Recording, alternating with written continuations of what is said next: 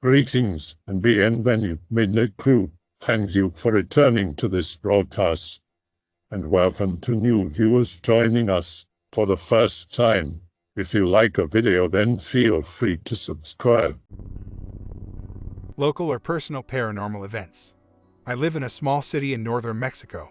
The oldest part in my city is claimed to be the territory of witches and nahuals, Mexican animal shapeshifters, and previous to that, it was Apache territory. The area during this time was comprised of at most 10 families. As decades passed, more families would move in, but essentially means that until the 90s, a lot of the people living there were from a very small pool of families, as kids would grow up and build a home not far away from the rest of the family, and one of those families were my mom's side. The story begins with my great-grandma's sister, who, unlike the rest of the family that was Catholic, Christian, or Abrahamic in general, was known to be a witch. Family rumor states that she became a Satanist since the 30s and not long after, extremely rich. It was suspected that she committed Sweet Home Alabama with her own sons since they were kids and raised them to be wizards. By the 50s, her own sons also became rich, but all of them died of some type of cancer or another during the 60s. In 1980, my grandma 29 was summoned by my great-aunt, since she needed the youngest adult in the family. My grandma's sisters didn't count since they hadn't had kids on their own, yet they weren't really adults. Grandma decides to go to help the old woman, which by that time she describes as grotesquely deformed due to arthritis, morbidly obese, and with an awful stench and asthma. Accompanying the great-aunt was a shaman, who gave my grandma a silver ring and told her to put it on and never take it no matter what. Days passed and things got weird. For example, during the mornings the family would wake up to notice small lumps of salt and dirt surrounding the house, which by the way was still close to the rest of the family in that same area of the city. My grandpa, who came from other town, bought a big empty lot there and spent the next decades building a house. It was the biggest area that belonged to anyone in the family, and it was said that one night the great-aunt had buried her treasure there. Another night my mom and my uncle, about 10 and 8 back then, said they heard Apache Indian ghosts dancing in the backyard. This kept happening until one night where my grandma noticed the ring was turning black and it was staining her finger. Guessing it was a shitty cheap ring, she decided to take it off to inspect her finger. At that very same time, my uncle, who was taking a shower, suddenly heard someone slam the small bathroom window. My mom, that was in the backyard playing, said there was no one on the other side. And again, almost at the same time from the street, someone yelled, "El Trabajito este hecho." The work is done. My grandpa came running to kick someone's ass, but there was no one. About 15 minutes later, people from the neighborhood came to tell my grandma about the great-aunt's demise. I don't know if there's still witches there, but it's hard to imagine considering how much that neighborhood has changed in 30 years. I did post this before. I was trying to get more local stories from other anons. I didn't expect 3 months after someone would remember this post. There's many insane tales from where I live, but not all of them are supernatural. For example, back in the 90s, if I recall correctly, some guys were trying to get scrap metal from abandoned places to sell to recycle. Eventually, they were called to a hospital that had old shit rusting in the basement. They ended up dismantling some type of scanner, maybe a cat one, and they actually removed the radioactive core of the thing and ended contaminating a shit ton of stuff. As for witches, the only other thing I have is that my great-aunt had a friend who was also a witch. Her granddaughter is my mom's childhood friend. The whole place is very different because during the mid-80s a STEM high school was placed in the area so kids could go work out of high school with something similar to a technician degree. This made a lot of people to move nearby. Of course, that brought business and supermarkets and stuff, so it's not as isolated as before, kinda. It's very bizarre. You have, of course, all those new modern things surrounding the school, especially closer to the main streets, but not a mile deeper, and it's almost like you get back in time. It's kinda unsettling. You can almost feel how roots step out of the city into the rural again. Opus Pic related, visiting my great-grandma is always spooky at night, even though her home is warm. Another tale from the area, it was bigger, almost like a small town on itself. It was nearby a lead mine that lasted for decades, until they had to close it because the place was left contaminated beyond repair. There's still houses, most abandoned. There even was a small market that my grandma used to take me, and again, contrasting to everything closer to her house, it was markedly rural. She stopped going there. Good, the abandoned town gave me the creeps as a kid, even in the midday. I'm not going to tell a bunch of anons on the internet exactly where I live, but this is the city, Chihuahua, Mexico, about 200 miles south of El Paso. The blue circle is the general neighborhoods where the story happened. The light blue is the more rural areas. The dark blue is the more urban ones. The green dot is the high school, and the red lines, the lead contaminated soil zone. Yeah, I'm kind of obsessed with Mexican lore. I wish more Mexican anons would post on here. As for witches, the only other thing I have is that my great-aunt had a friend who was also a witch. Her granddaughter is my mom's childhood friend. I'll share a couple of things. This is a story my father told me. It was a story about his mother. My grandmother told him. She's still alive, though she's very old. Her life has been quite hard, growing up in poverty, and she has leaned on her faith. I've never known her to tell a lie. Here's her story. Sometimes, having no money, my grandmother was forced to sell things in a neighboring town. Little things like vegetables she'd grown or little things she'd made by hand. After traveling to a neighboring town one day, she misjudged the time and left for home a little late. It began to grow dark before she got home. She was riding on a burro with a shawl around her, as it was cold, when suddenly she heard some shuffling in the dirt road up ahead. As she came around a bend, she saw a turkey. This thing was abnormally large and looked mean. It was clawing at the ground viciously with its feet. Then it would straighten its wings and kind hop from one side to the other, as though it were agitated. Somehow, my grandmother thought, this is not an ordinary turkey, this is narwhal. I assume everyone on /x/ knows what a narwhal is, especially since OP already mentioned it, but basically it's a witch who can shapeshift. Anyway, Grandma pulls off her shawl and tosses it at the turkey and makes a short plea to God to help her. As the shawl lands on the turkey, it stops clawing at the ground. It stops moving entirely. It's dark and hard to see. My grandmother descends from her burro and goes to retrieve her shawl. Underneath is an old wrinkled woman, passed out on the road. This happened in the state of Guerrero. I had some kind of breakdown in 7. The wife locked me outside and was so scared. I saw a man fighting a monster in our backyard at night, from the view of our kitchen window, like I was looking outside where they fought. Later I asked her what happened after she locked me out because I didn't remember anything after that. She said she watched me kind of fumble around the house for a while, not sure what to do. Then she saw me from that window and looked like I was fighting something, but nothing was out there. I ended up passing out. She called the emergency services and I woke up in the hospital. They had to life flight me. I'd had a seizure and my heart had stopped and they couldn't resuscitate for a while. They kept me for a long time checking for brain damage. I don't know what caused it. No drugs, no drink. Just snapped and almost died fighting an invisible task force and got to watch myself fight them through her eyes from our kitchen. I had the most frightening encounter while fishing on a lake in northern Minnesota in a rowboat. Late one night I saw something appear above the tree line at the end of the bay. It was cold and it had a weird shape. Then it dropped down above the water and flew directly over my head at UFO speed and stopped. Not knowing what it was, I just glanced up and saw a pure evil mass hovering above my head. I got a feeling of dread as soon as I made eye contact and thought my life was over. Several things went through my mind. That second I thought maybe I was about to be abducted, even though I'd never heard of UFOs looking like a black cloud, and that the only thing that I could do to save myself was to pray to God, and I did. It hovered for about 20 seconds and then flew off exactly the same way it flew out.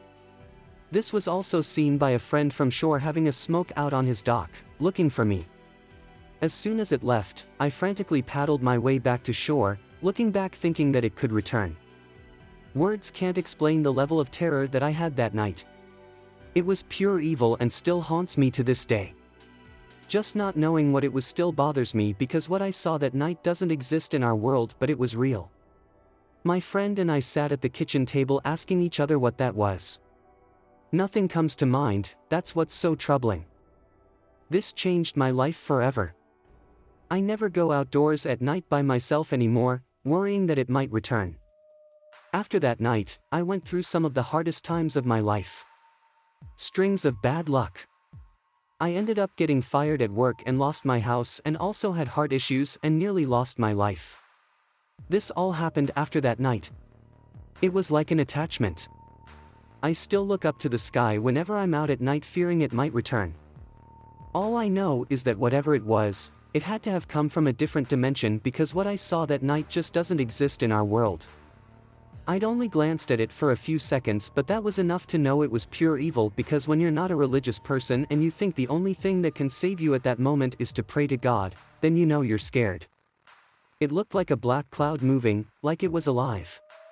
It was about 20 feet by maybe 15 feet wide. I had my 2 dogs with me that night and they were so scared they were trying to hide under my legs.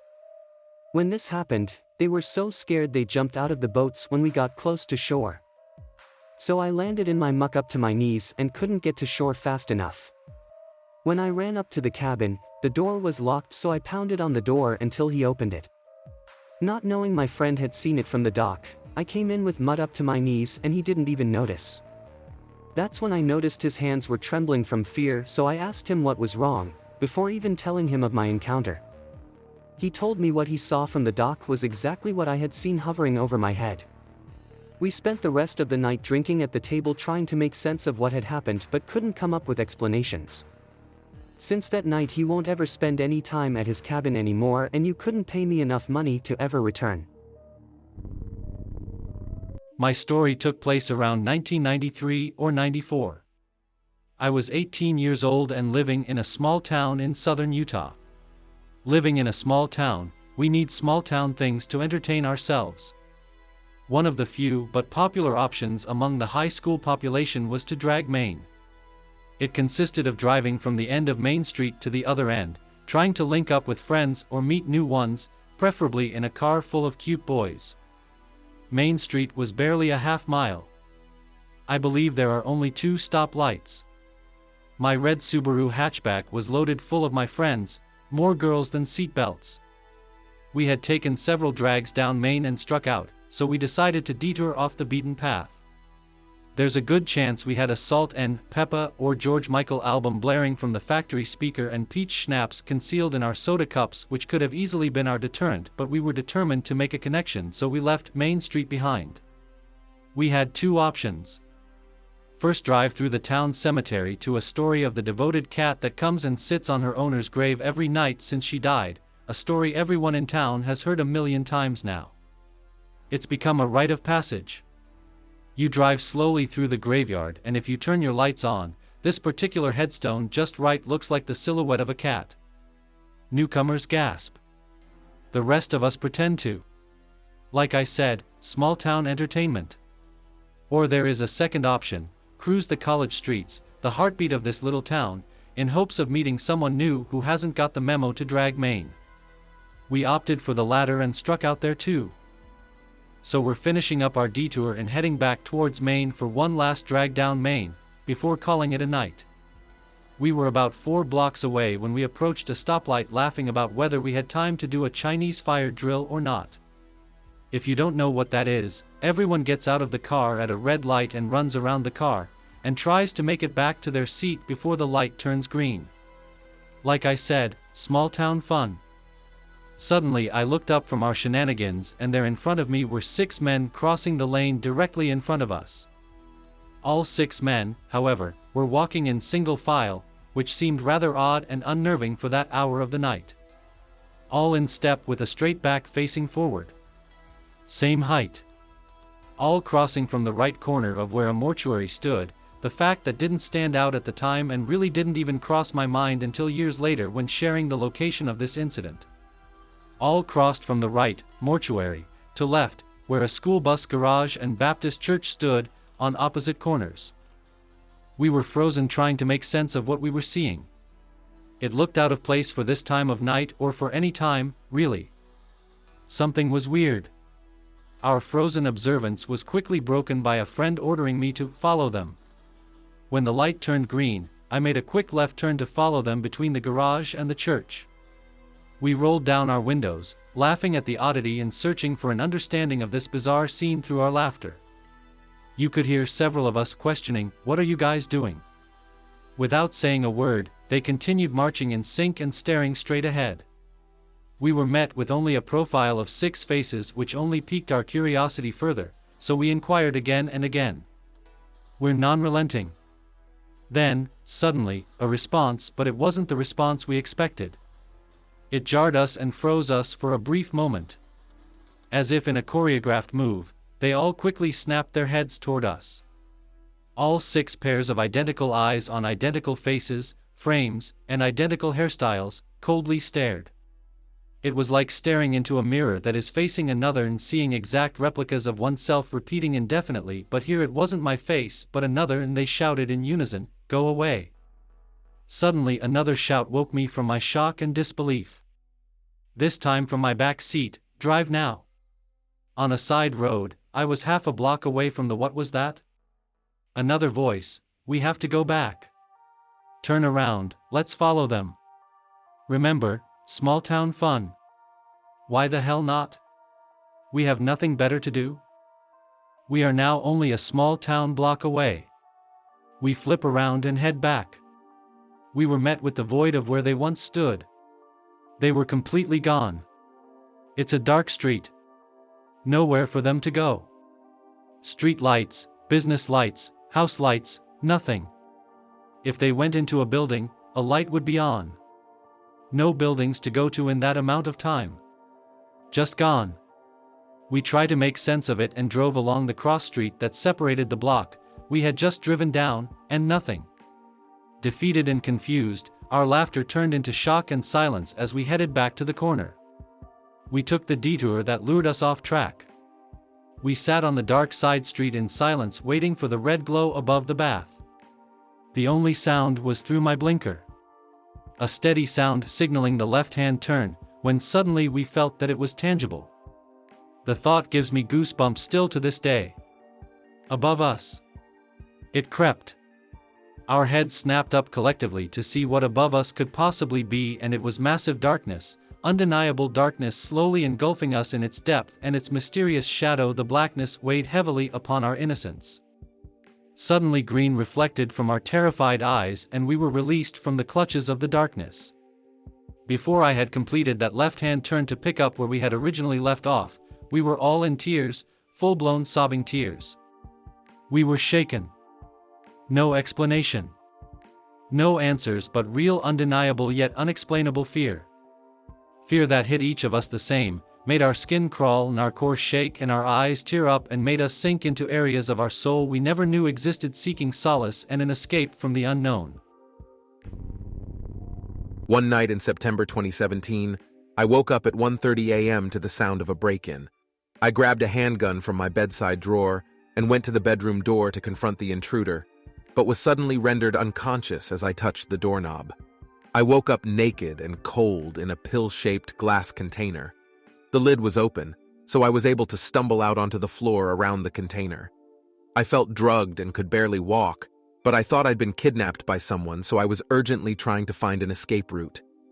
The room I was in was made of composite materials, namely concrete and plastic with fluorescent lights. I limped into a hallway that was tunnel-shaped and followed a blue glow coming from down the hall. As I walked, I came out of the tunnel and entered a large cylindrical room lined with vehicles on hooks along the walls. These were human vehicles, mostly Japanese and German cars/motorcycles, but some vehicles were clearly from the American military. In the center of the room was what looked like a metal tree that was 6 stories tall with glowing blue leaves. Upon closer inspection, this tree was a large metal cylinder, and the leaves were capsules much like the one I'd woken up in, except these still had people inside them and were radiating a neon blue glow. As I drew my eyes further up the tree, I noticed some blue wires moving around in the dark area toward the ceiling. These clumps of wires suddenly floated down toward me and turned to reveal that they had faces in them, each with 2 large dark eyes and narrow slits for noses and mouths. It's hard to describe, and I hate to put it this way, but think of a stereotypical gray alien face and picture it floating in a tangled-up mess of tentacles. There were 3 of them, 1 smiling and 2 frowning.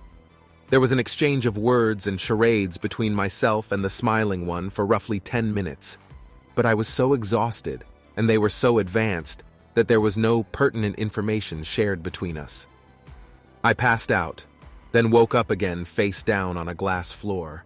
I was too tired to move, so I tilted my head up just enough to take a look around. The room was circular, about 150 square, feet in size, and a bright sterile white color. One of the tentacle creatures was in the room but was busy facing away and operating a set of strange controls with no buttons or levers. I laid my head back down but saw through the glass floor that we had risen out of a deep black hole that was dug into a grassy plain. A rock-shaped lid closed around the hole to cover it as we flew further up.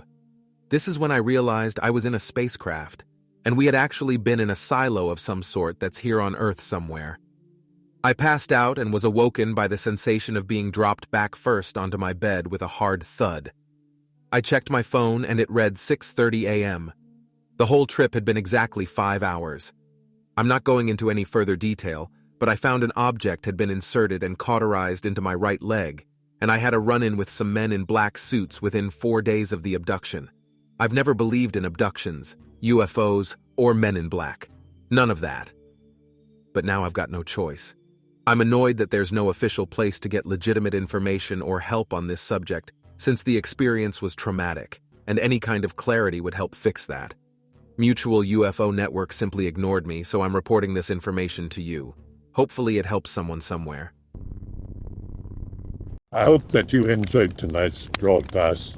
If you enjoyed tonight's story, then please subscribe to the channel as more green texts will appear daily.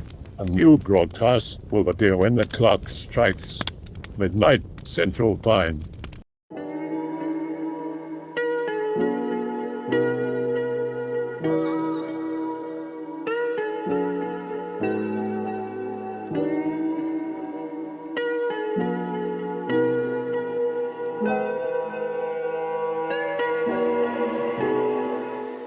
Remember to check out the Odyssey page in the description for a second archive of the channel's videos. There's also a Rumble archive as a backup.